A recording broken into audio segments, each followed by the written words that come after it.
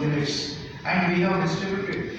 So we have also in the US, Bangalore, University of Agriculture, Bangalore, we have germplasm millet. So we have national active germplasm site. We have germplasm assistance, not only in figure millet. So we have maintained almost all the germplasm assistance. Even in Bangalore, we have supplied this material to almost all the researchers or the scientists all over India, and they are trying their level best to establish the cropping system in different agroclimatic regions. They are getting the data also, and we have very good collaboration even with the agri-sector. So we have collaboration, so on research of finger millet, and so supply and receiving the material from the agri-site as well as Indian Institute of Millet Research, Hyderabad is going on. So in that way, we can try. That is that's how we can establish the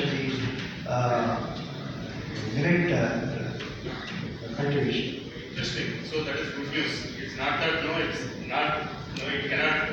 Only thing is it needs to be popular since days.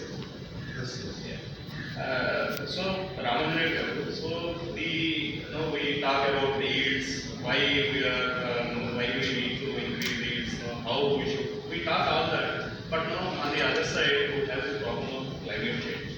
So we are fighting against all odds. Even main crop productivity is also, yields are also impacted. How do you think that we need to balance this, and how to overcome this? Risk with climate change is increasing. In the last 5 years, the crop failures because of the climate change, both because of the floods and droughts, is significantly high. So we need to take a two-pronged approach. One, reduce the emissions from agriculture itself, because agriculture contributes about 20% of total greenhouse gas emissions are from agriculture. So we need to reduce that. So all the practices where high use of water, high use of chemicals, high use of energy, which can be cut down, I think that's one effort one can make. Second is helping the farmers to adapt to the effects of climate change. So in that, I think topmost priority should be in terms of changing the cropping patterns from high risk areas, and it is the most relevant research for people. So can you tell us what kind of focus we should have in terms of research? I mean, the how of it. You talked about why of it. I would like to know from you the how part of it. What kind of specific trials or specific research areas that we should look at? What kind of if you can give us how of it, that will help us. As you mentioned, I'll give you one perspective. Millets are not a competitor for big three. The big three are cultivated in well-endowed climates, where the rainfall is more than 600 mm. So the millets are in below 600 mm, and they are producing something or nothing. So this is where we are starting our discussion right now. And how part of it, what we can do to get more from less. So whatever you have in those marginal environments, you need to produce more. In terms of inside the grades, inside the plant. Genetics we can take care of, and there are few things we should actually concentrate on.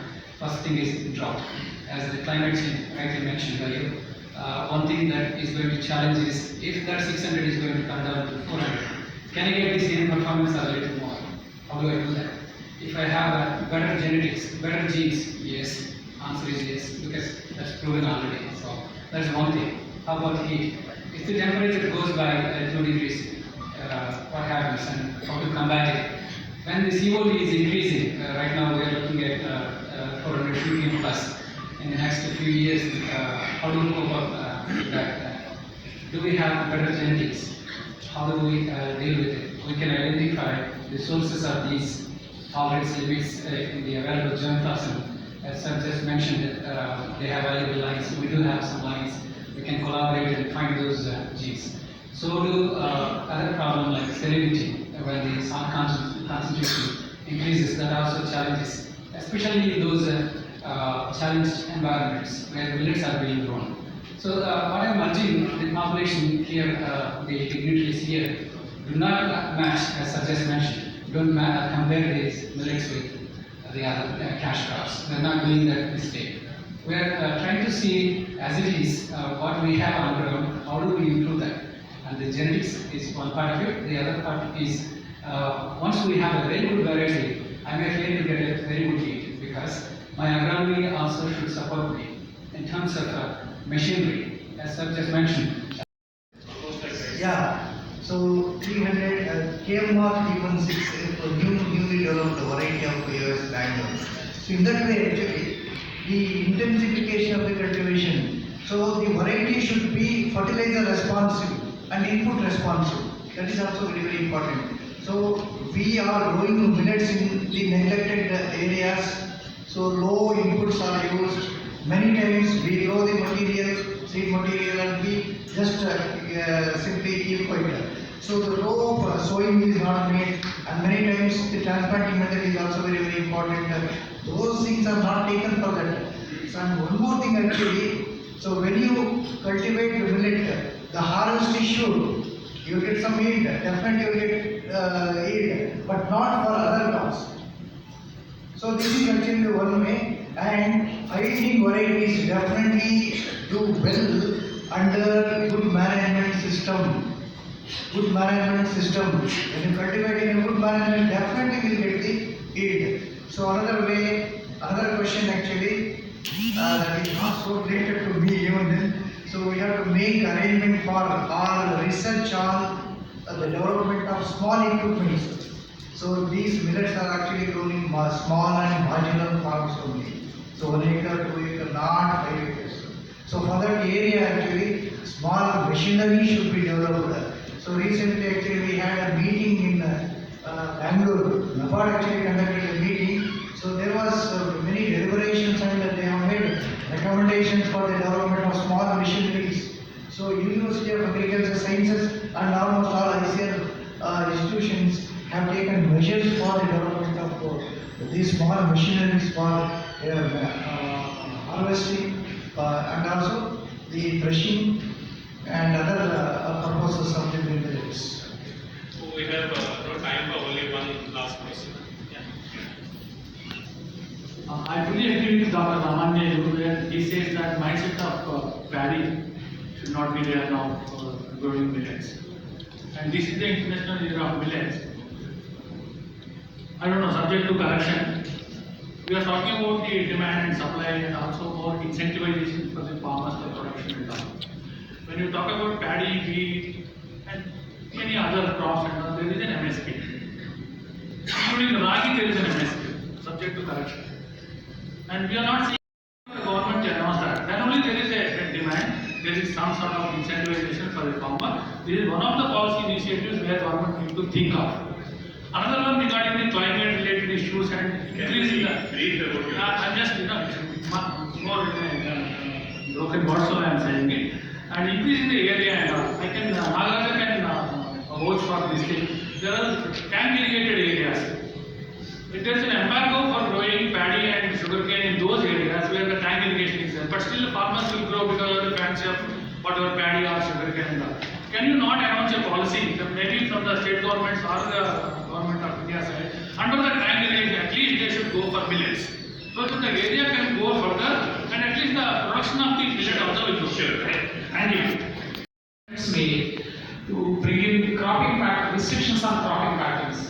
So Rabi discouraging Rabi paddy, and then later on a couple of years back we talking about areas which are earmarked for certain crops kind of. That efforts are being made.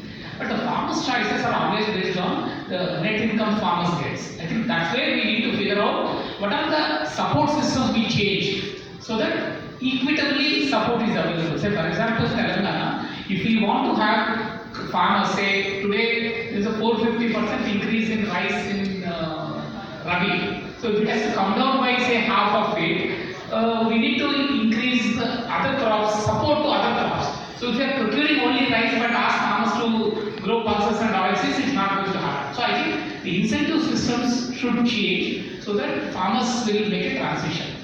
See, ultimately market playing an important role, so that market can also create a pull will happen. But the distortions caused by the public support systems is huge compared to the market. So I think that's where our interventions are. Thanks very much. We thank the audience for your time and patience. Thank you to all our panelists and moderator for their insightful discussion on improving millet yield. I now request our moderator, Mr. Kumanan, to hand over a memento from business line to each of our speakers.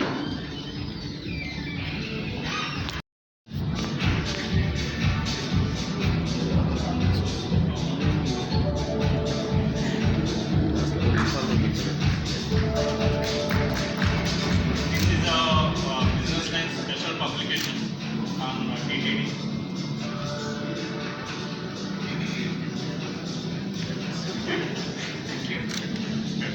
I also request Mr. Mohan Mukherjee, Chief General Manager of Corporate Communications Department, NABARD, to kindly come on stage and hand over a memento from NABARD.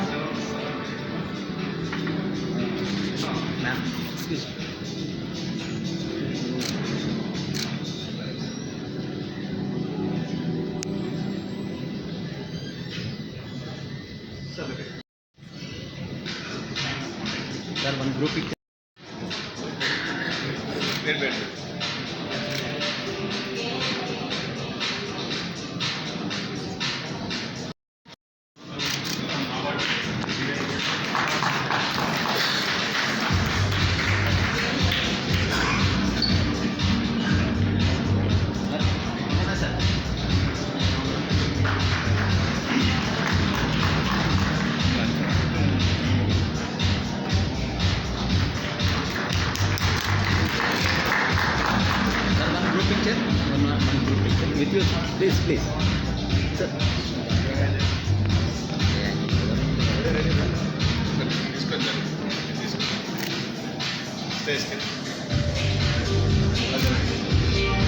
We will now break for lunch.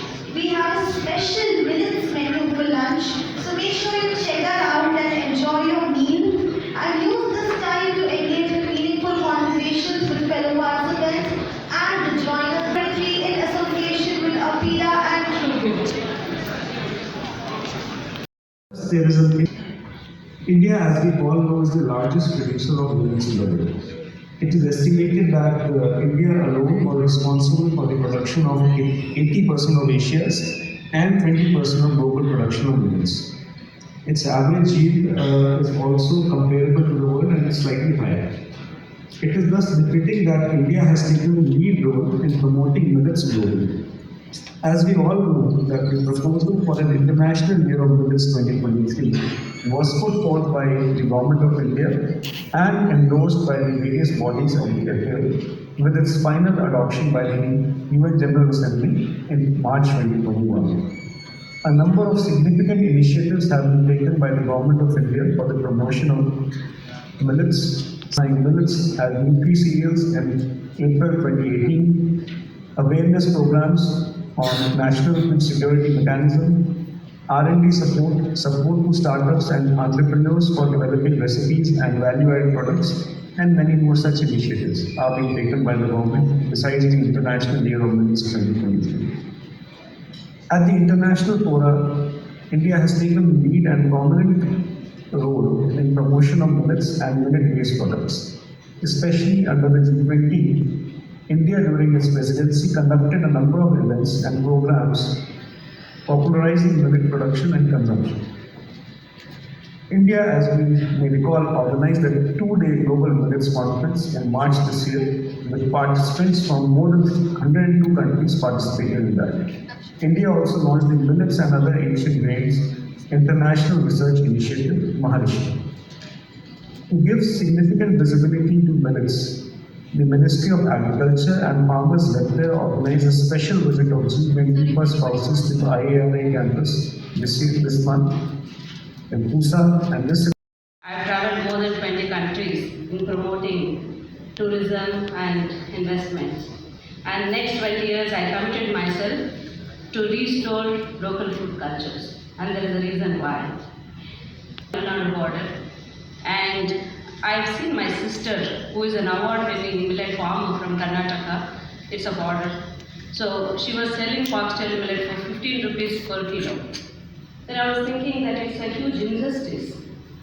You know, why she has put in so much of work, as the other panelists explained pretty much.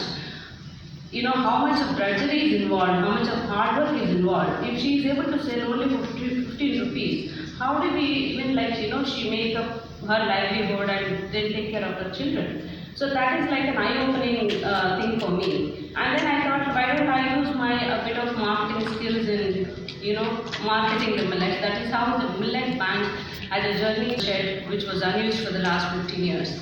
So I declared the agricultural shed and then started promoting millets in our own family farmers.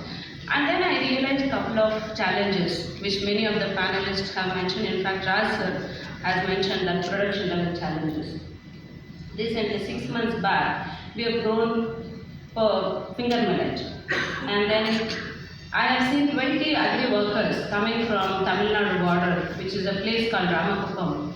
And that is actually a place for millets, pulses and oilseeds. That's a mini trade center.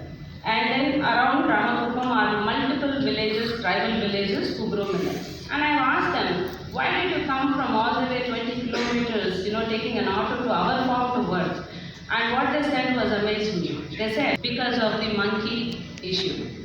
So whatever they have grown millets and pulses, monkeys are coming and they're destroying the crop, so they left the farming. So this is the fundamental challenge which is now in the villages. So why it is important for export? The panel is export, but why it is important to set our house right. So that is what I am going to share. Next slide.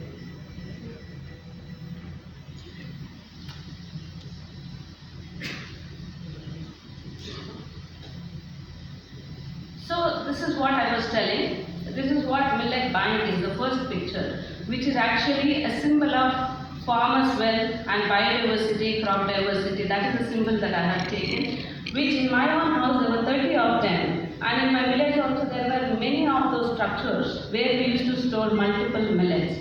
So that is the inspiration. And this image is the one which actually speaks about how farming was integrated at the grassroots level. Right from seeding, saving 30 to 40 varieties of seed, to having our own farm equipment, to having our own storage, and anyway that processing, value addition was not there because millets were grown for domestic consumption, not for commercialization. So everything was integrated, self-sustainable, eco-friendly. But it was all broken today. If you see in the villages, last 40 years, we ourselves have stopped growing millets, because of which a lot of environmental, cultural and social issues have come up. So now the entire world started recognizing millets, and therefore we are all here today to speak about the magic of millets. And who are these people who are growing millets? Who are the key stakeholders? These are small and marginal farmers. And the small and marginal farmers consist of 86% of the farmers' percentage in India, and they are from the vulnerable regions who doesn't have much of economical strength. If you see Canada, a farm size is 700 acres. If you see in India, small farm holder size is like 2 acres to 3 acres. So how do you make sure that before we export, we strengthen these farmers and then we bring them to a level playing field? That is when we have to first restore these local food systems. Right from, I've identified what are the challenges, right from the seed quality, availability of the seed has to be there, and then affordable machinery, which our sir also said, affordable machinery has to be there, and the storage units has to be there, and the value addition has to have, markets have to be linked. So it has to be production linked export centers that we need to build. So how do we translate this into infrastructure? Is something like this. It has to be a quality infrastructure. It has to be world class. If at all we are targeting developed countries, we are asking, we are looking to export. The infrastructure has to be more of pull approach instead of push approach. If we have quality sorting, grading facilities, if we have quality value addition is happening, if our grains is good quality, exports we can anyway attract. So these are, sir has already said that which are the importing countries of millets. and which are important countries of millet.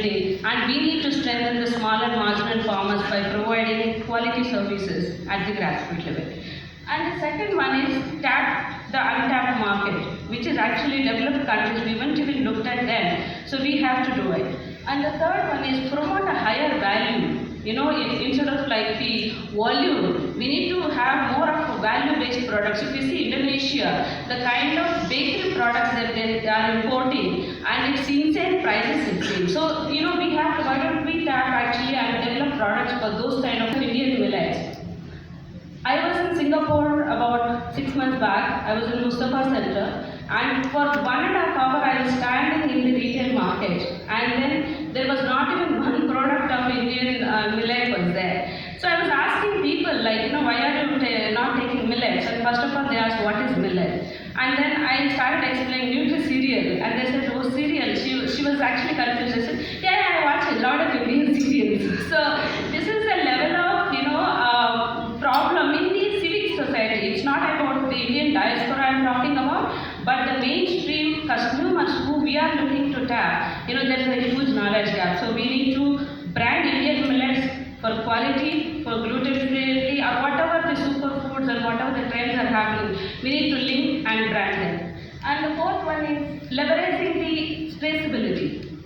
There is one professor in MIT, Karunati. He is actually assumes that what kind of consumer behavior is going to change. So one of the consumer behavior right now which is happening also is a traceability. If somebody is walking through a supermarket, where this has come from, what kind of nutrition content is there, the calorie content, everything is being displayed in the graphic images. So that is the level of consumer thinking is going to go, and then being an IT country, then we have to develop and make use of it.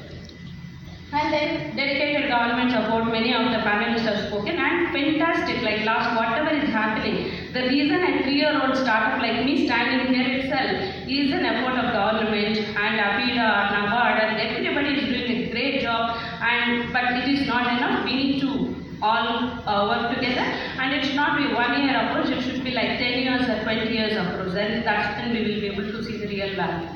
And then the R&D, seeding to feeding R&D. When we are speaking about the seeds, or the machinery, or the value addition.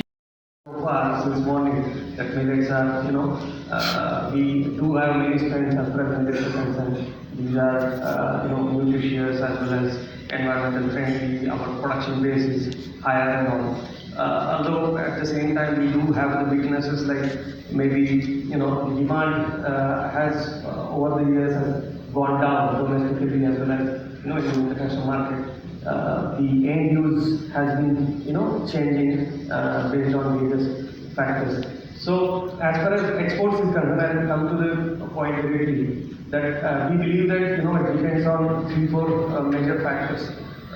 Like for example, it's a function of I would say the surplus. The first of all, yes, not only in domestic but as well as the international market.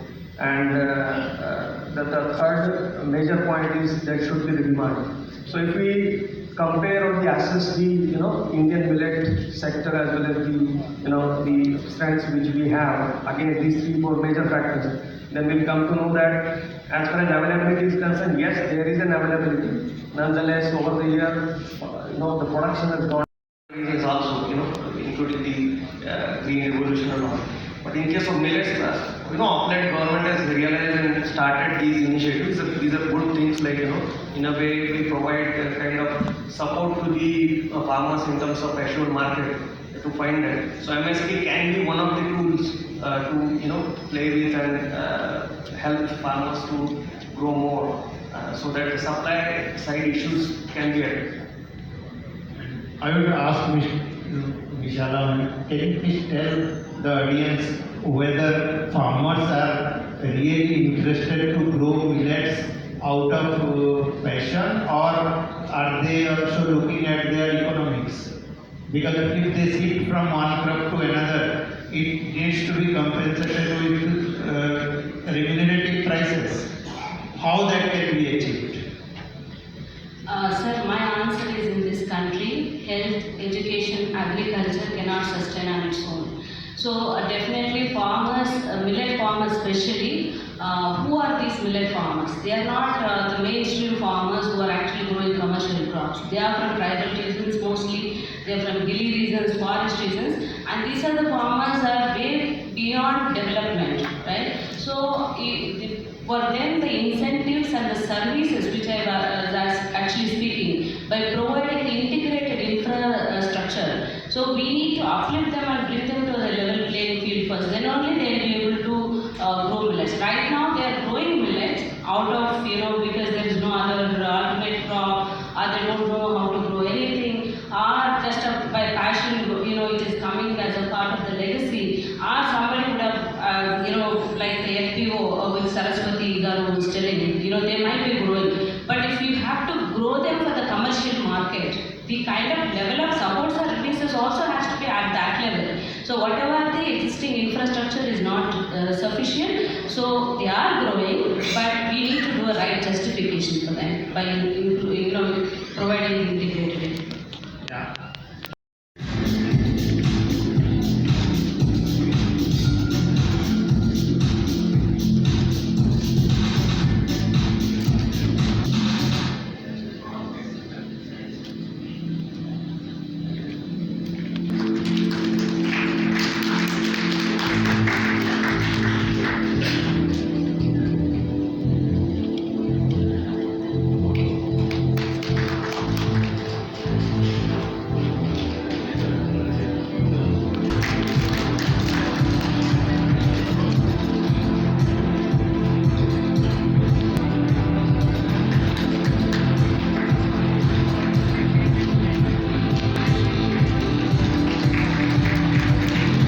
I would now like to invite Ms. Sangeeta Mehta, Deputy General Manager, NABARD Corporate.